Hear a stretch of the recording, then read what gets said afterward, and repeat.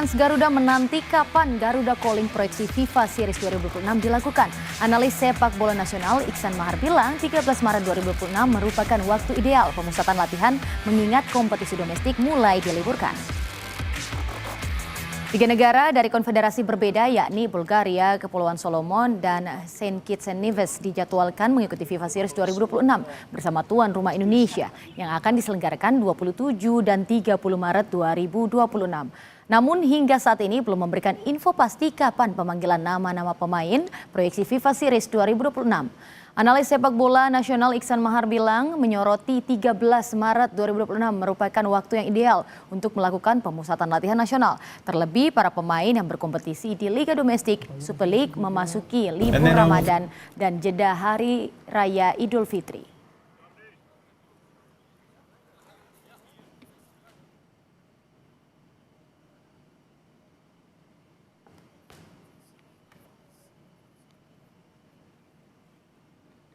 Dari timeline laga internasional FIFA dan juga FIFA Series pada Maret nanti, maka pelatih timnas Indonesia John Herdman maksimal akan mengumumkan Garuda Calling atau pemanggilan nama-nama pemain yang akan bergabung pada 2 laga timnas Indonesia di FIFA Series pada tanggal 13 Maret 2026 nanti, atau tepat 14 hari jelang laga pertama Indonesia di FIFA Series pada tanggal 27 Maret mendatang.